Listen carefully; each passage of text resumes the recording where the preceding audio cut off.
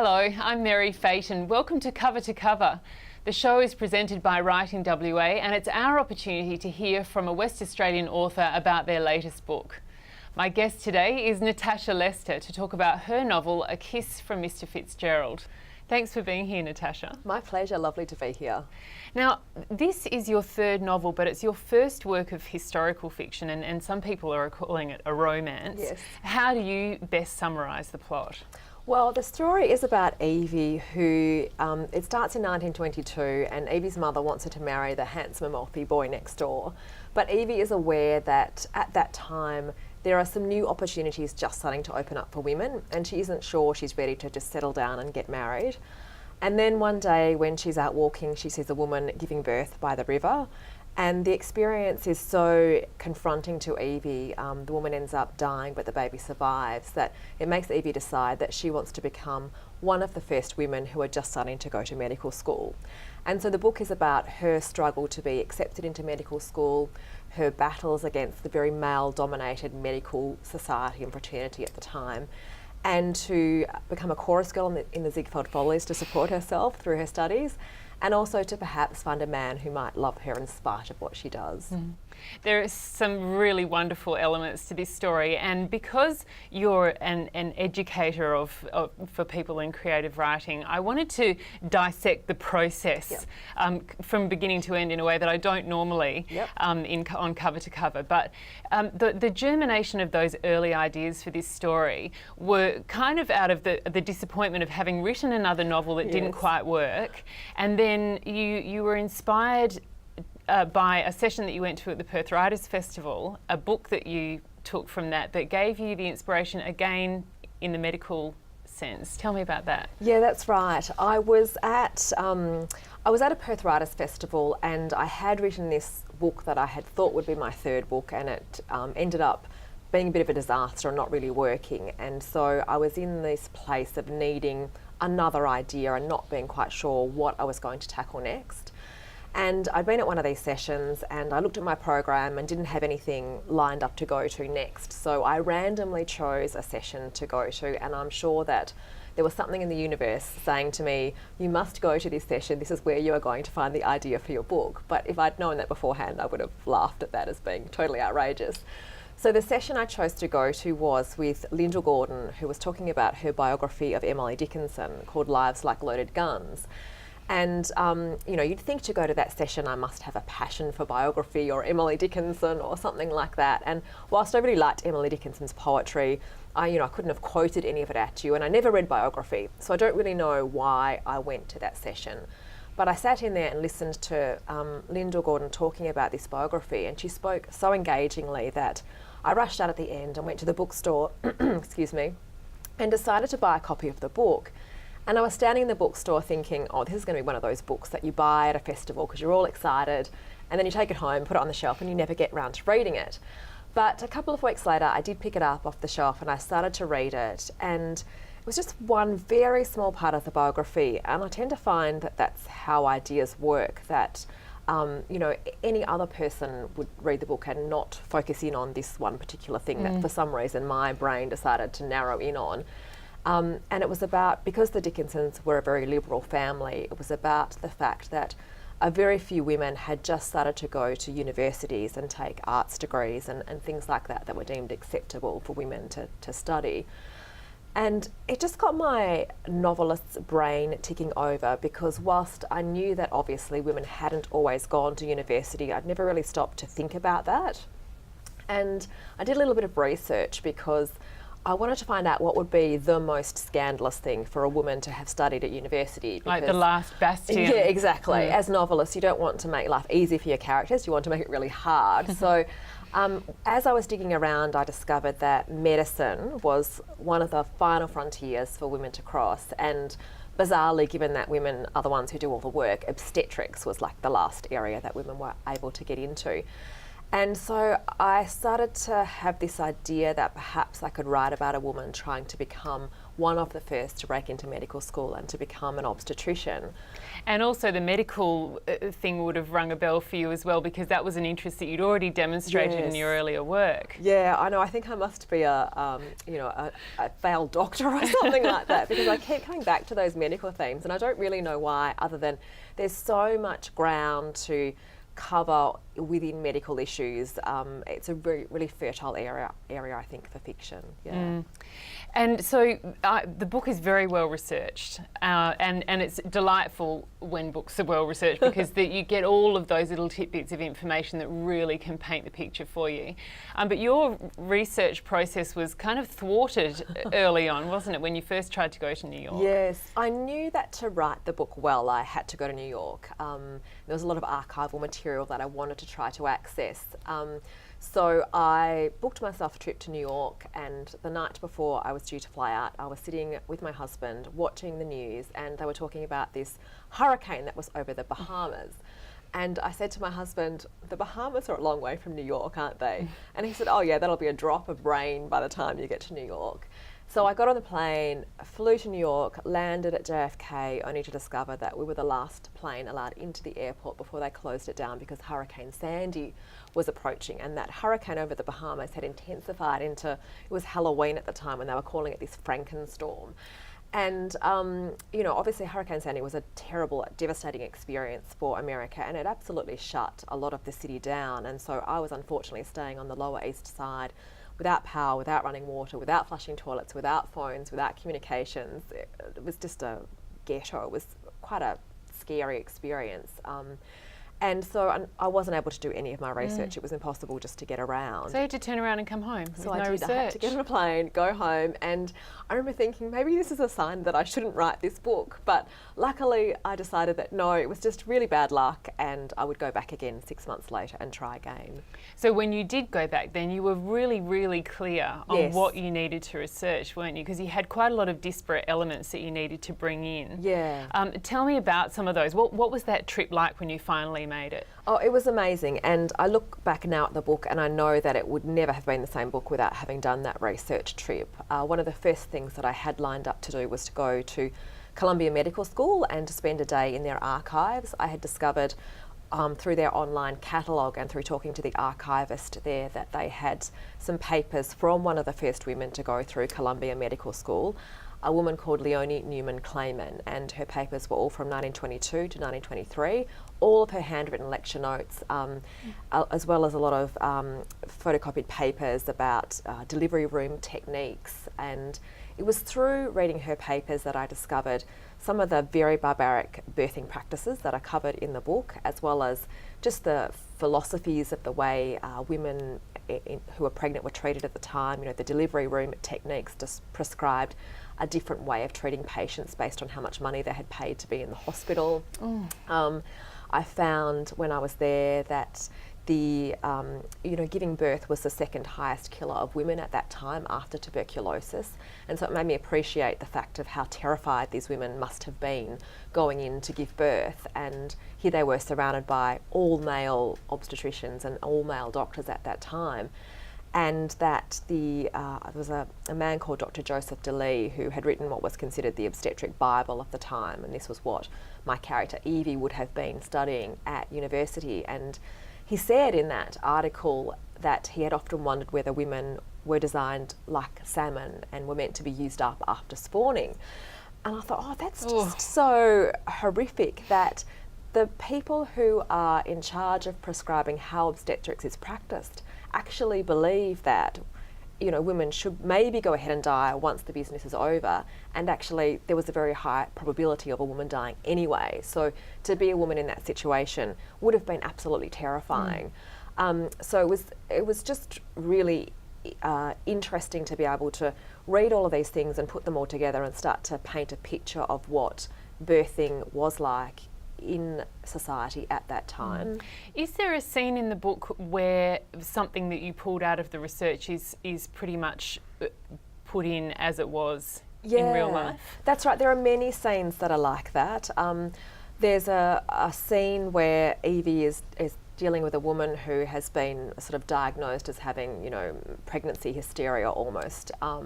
And that was written in the notes that Leonie Newman-Clayman had written, that, you know, eclampsia was often misdiagnosed as just being a nervous condition where women were not hygienic enough, and doctors prescribed, you know, washing out of the bowels with soap and water, and to go home and to not be so emotional as being the way that that should be managed. And so there's a scene in there where Evie realises that actually it's more than just hysteria, and that which doesn't even exist it's a anyway. life-threatening condition. Yeah, this is actually going to kill this woman unless we get this baby out.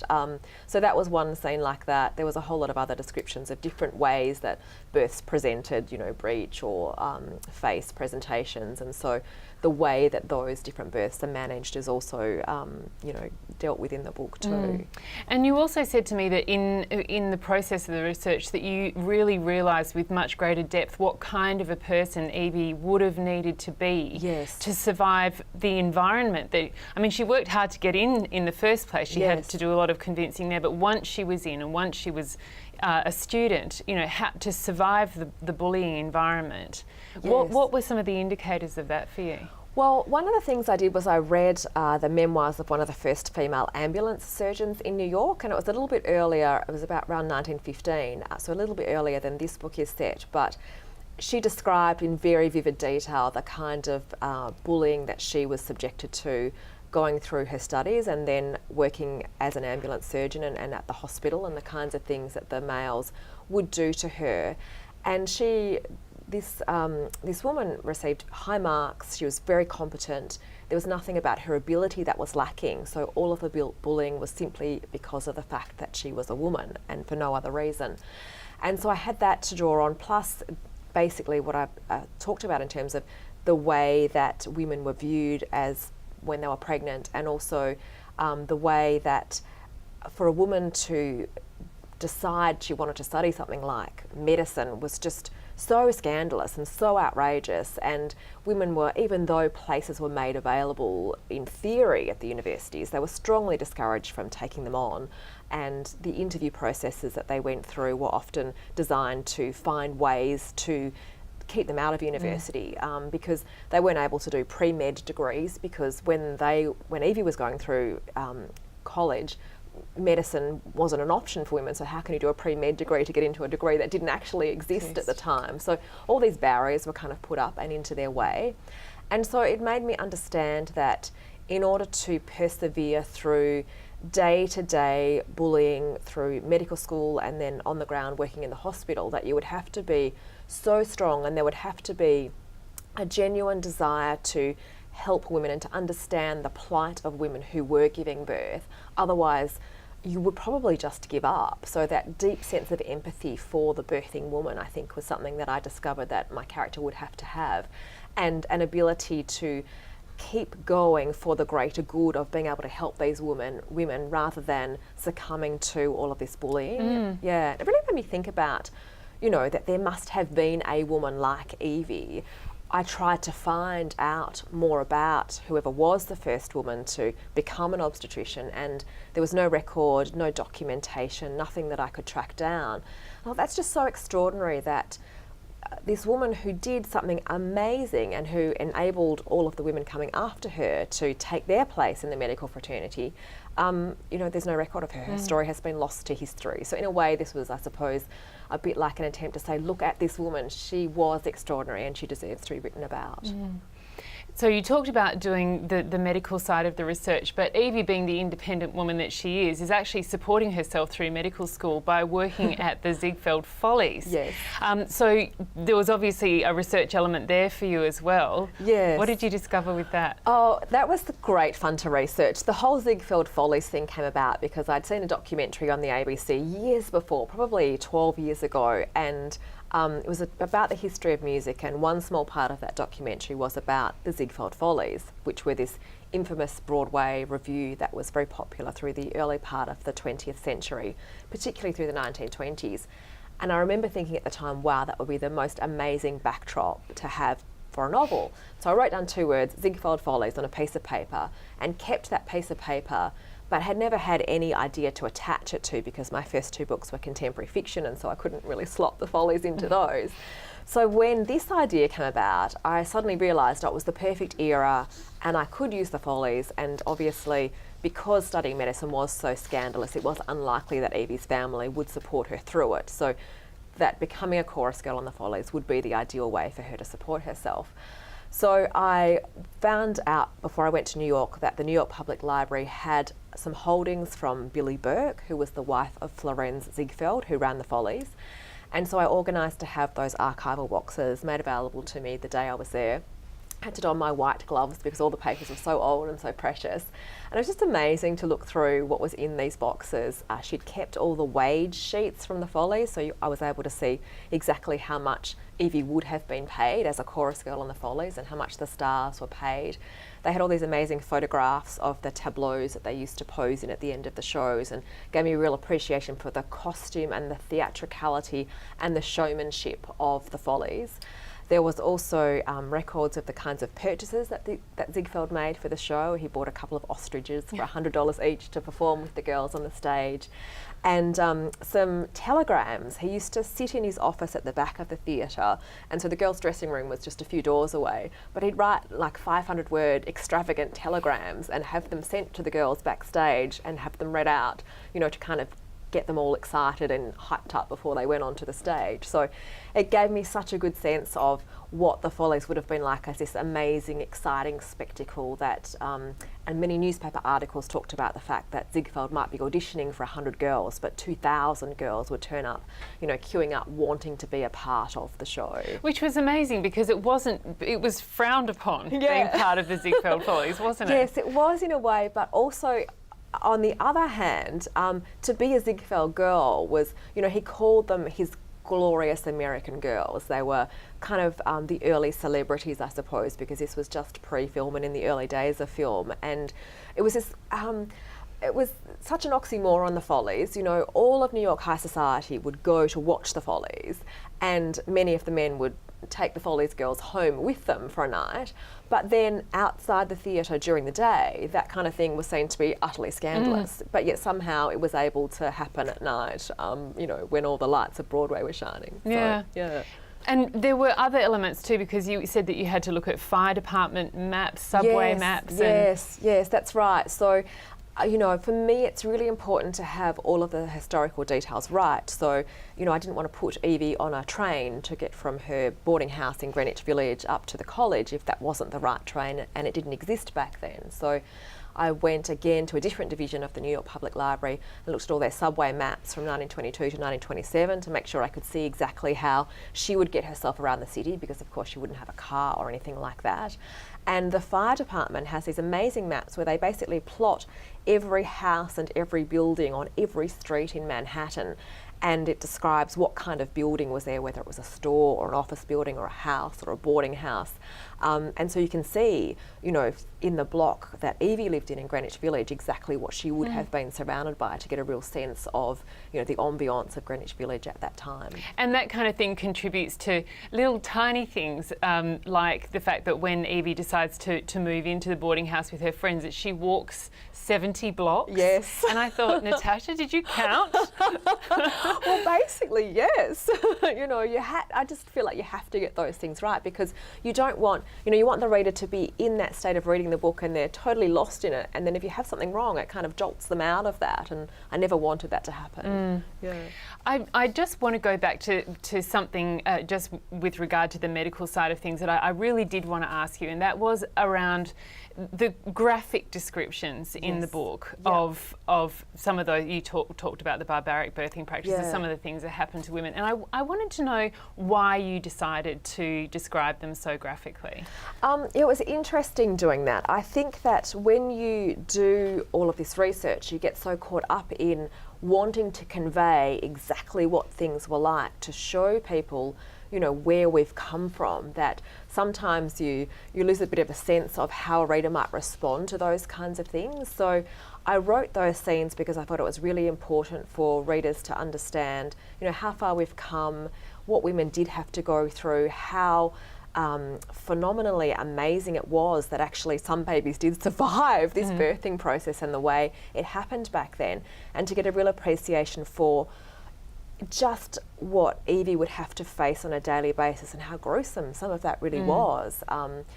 But in fact, in a couple of scenes, I ended up going a little bit too far, and which is why you have great editors who say, your goal is to have readers be able to get through this scene because it's so important that you want them to understand how it was. And so, if you're too graphic, they just might not be able to do that. So let's pull back a little bit here and there, which was great advice because now looking back at those scenes, I can see that they're perfect as they are now, and they didn't need the extra details that I had put in them. But it's one of those things where you do get so immersed in the research that you really do try to put it all into the book, and it's nice to be able to be pulled back sometimes, say, no, you've gone too far. Yeah.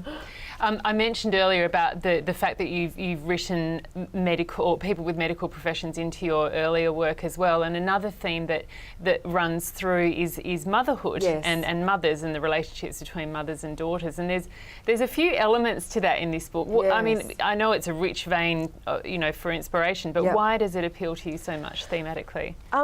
It's a very good question, and I mean, all of my books have, mined the idea of motherhood for thematic content, and I suppose a lot of that comes from, I mean, I'm a mum, I have 3 children, and over the course of writing the 3 books, I've had the 3 kids, and I feel as if motherhood is one of the most fundamental changes I've ever been through, and it has increased my emotional range so much, and it's not something I could ever have predicted about myself. I think you can't ever look back on yourself pre-motherhood and look and understand what you will be like once you've had children. It's the great unknown, I suppose, a bit like death in a way, I don't know. And so I think that's why I come back to it every now and again in all of my books, because it's such a overwhelming experience, and there are so many facets to it, and that bond between a mother and a child and the way that a mother will do anything for a child is, I think, something that deserves analysis and deserves diving into in fiction, because it comes across on the page and readers can consider that and think about that for themselves. And the number of ways in which you address it, the way you approach it in this book, I can think of 3 off the top of my head. One is obviously the obstetric, so that kind of slightly removed relationship, but then there's Evie's relationship with her mother and also with Mrs. Whitman as well, who's an interesting, strong, supportive figure. She's an ally. Yes, isn't she, that's right. Yes. Yeah, I knew when I was writing this book that Evie would need to have at least one person on her side, because you couldn't get through all of the things that she had to get through without any parental support, without any family support, without anyone being on her side.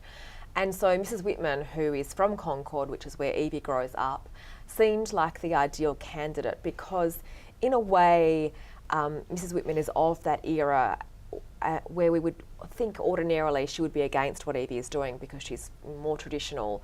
But I didn't want to write her like that because I was worried that would make all of those characters from that era cliches almost. And I wanted someone who stepped out of the cliche and became more surprising than that.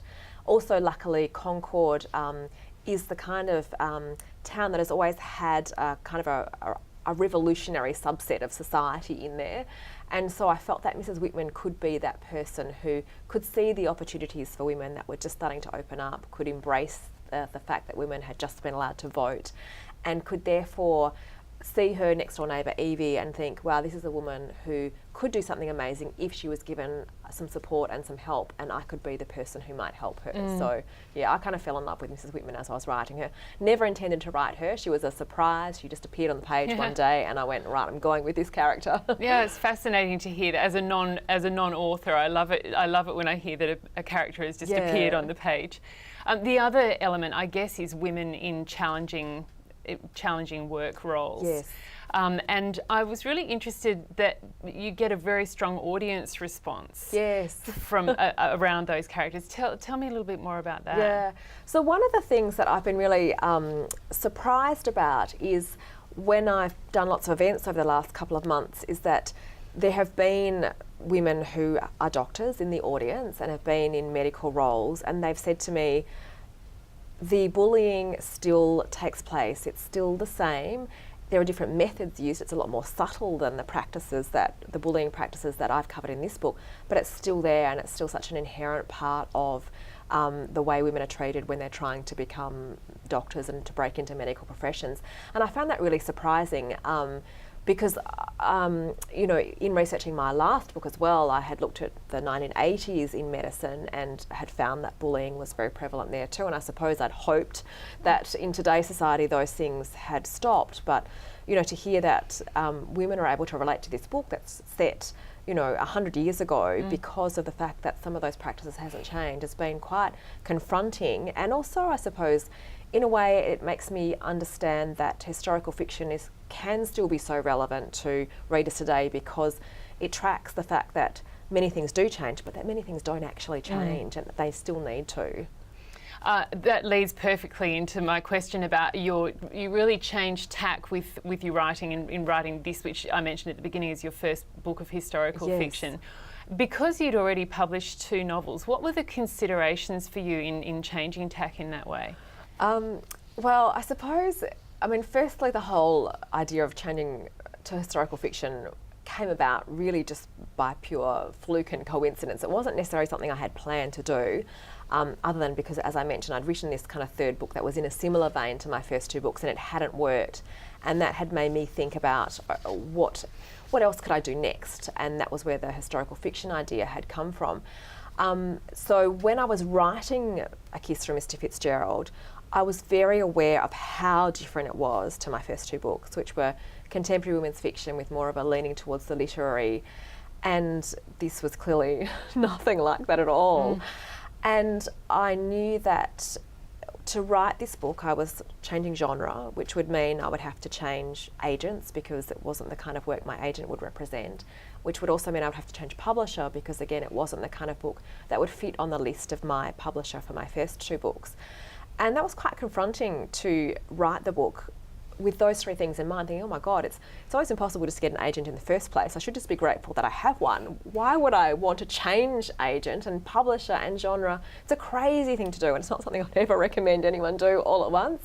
But the idea for the book had captured me so much. The first scene I sat down to write is the prologue scene in this book. It's the first scene that you read, and I just got so swept up in the writing of that scene, and it came off my mind, through my fingers, onto the screen in a way that I'd never quite experienced before. And the writing of the book was so joyful, and I loved the experience so much, which was lucky because it meant that I was, in a way, not able to ignore this voice in my head saying, what are you doing? You're crazy. You can't change all these things at once. It won't work.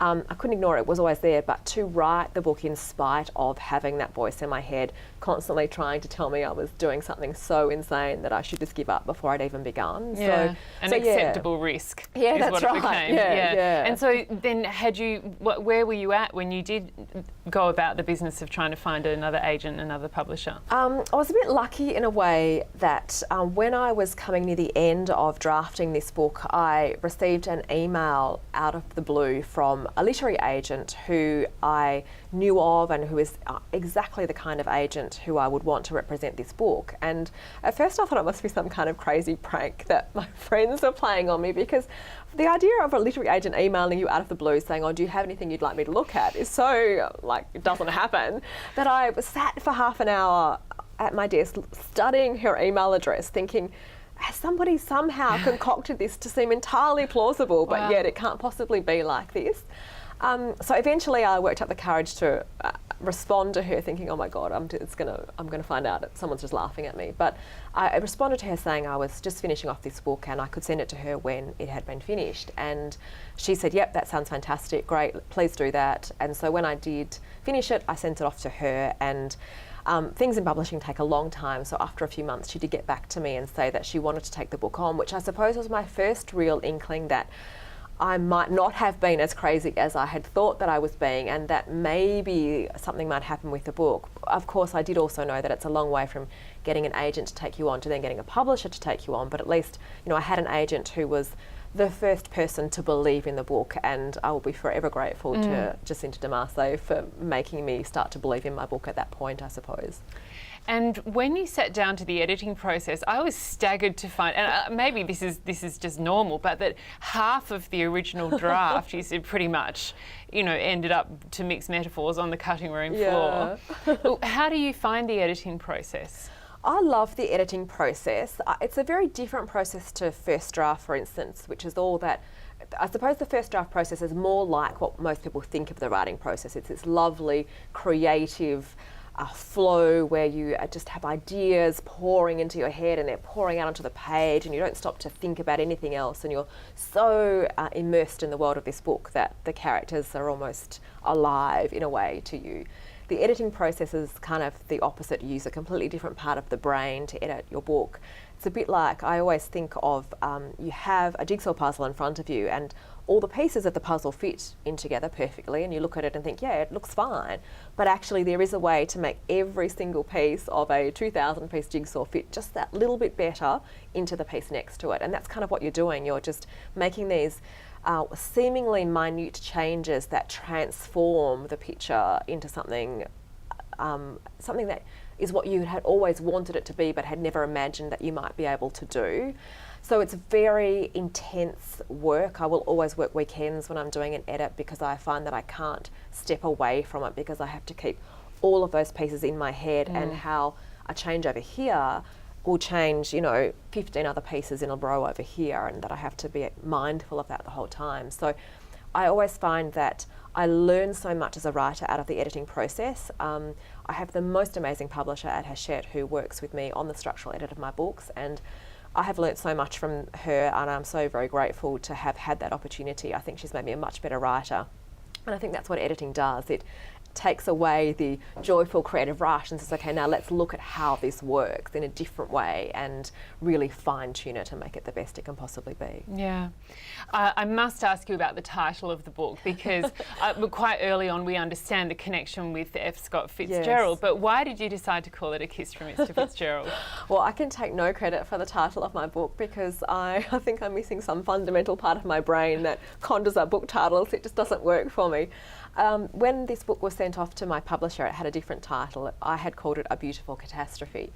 And I had known that probably the title would change, because titles often do change. And so I never get too connected to a title that I might put on a book. In fact, often it's the last thing I slap on to the book. And so sure enough, my publisher said to me, I think we need to change the title. She wanted something that was more evocative of the era, and also that told a little bit of a story in the title. I thought, yeah, that's a really smart idea that, will work with readers, so that all makes sense. So for about 3 months, we would just email each other anytime we thought of a word that just might work, or a phrase, or even a title idea. So there was this constant kind of barrage of emails flying back and forth, which meant that I knew that we were both on the same page when it came to the kind of title we wanted for the book. And who knew that it could take such a long time for a title to be germinated, but it really does, because it's so important to get that right. And then one day she sent me an email saying, out of everything that she had thought of, A Kiss From Mr Fitzgerald was the one that resonated the most with her. And at first, when I saw it, I thought, I'm not sure about that, because it took the focus away from Evie, who is, for me, the soul of the book. But then I sat down and I reread the book in the light of the title, and I realised, oh my God, it's actually the perfect title for the book, because Mr Fitzgerald's kisses do play a bit of a role in the book. So, and I also knew that as a publisher, it was her job to understand how titles work with readers, and if that was what she was recommending, then I would believe that that would be the right title for the book. So, and I love it now, so it's all worked out really well. Yeah. Now, you've been very busily promoting this book over the last few months, but you've also got something due for next year, and yes. something that you're working on for the year after as well. Can I safely call that a punishing schedule? Look, I suppose it is in a way, but also, realistically these days, to make any kind of living out of writing, you have to really be producing a book a year. The publishers like that, because it means the readers have something to look forward to every year, and from a purely financial basis, that's the way to sort of help support your writing habit, I suppose. Yeah. So next year's book is already at the publisher. I've just got a little bit of structural editing to finish up on that this weekend, and then it goes off to the copy editor. and I'm about 60,000 words into the first draft of what I hope will be my 2018 book. So yeah, we're sort of always working that far ahead, juggling 3 books, one you're promoting, one you're editing and one you're writing.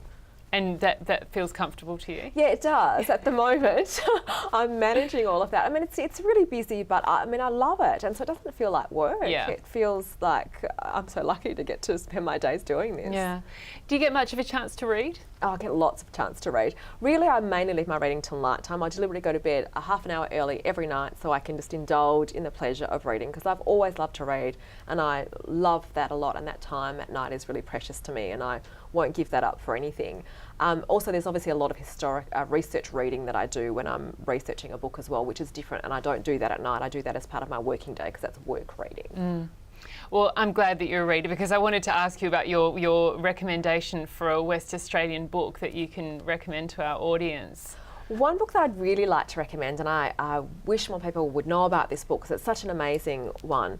It's a book published by Fremantle Press called Purple Prose, and it's a collection of essays from women, all themed around the colour purple, which seems like kind of a crazy thing to theme a book around, but it's amazing what each of the women in the anthology have come up with, and it features lots of great West Australian writers, many of whom people will have heard of, like Liz Bursky, who has a piece in there about her maiden aunts, which is a gorgeous piece, but also other writers who readers may not have heard of, like Anna Maria Weldon, who has written the most touching, heartbreaking piece in that book. I had read it, but then I heard her read it aloud at the launch of the anthology back in February, and I had tears in my eyes. It was so powerful, and it's just a collection that is so surprising because there are funny pieces, there are these very sad pieces, and I think that all readers would find something in there that they would relate to and connect to.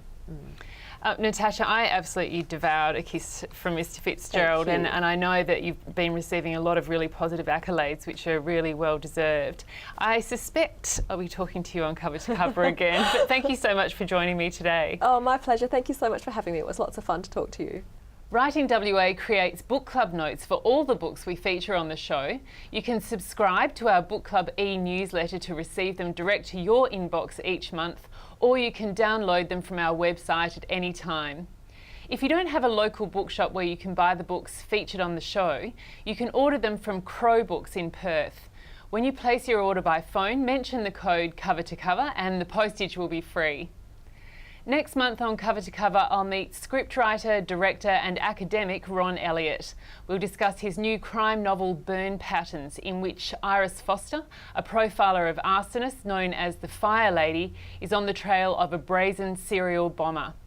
We really appreciate you getting in touch with your feedback about Cover to Cover. Contact Writing WA via the email address shown on the screen.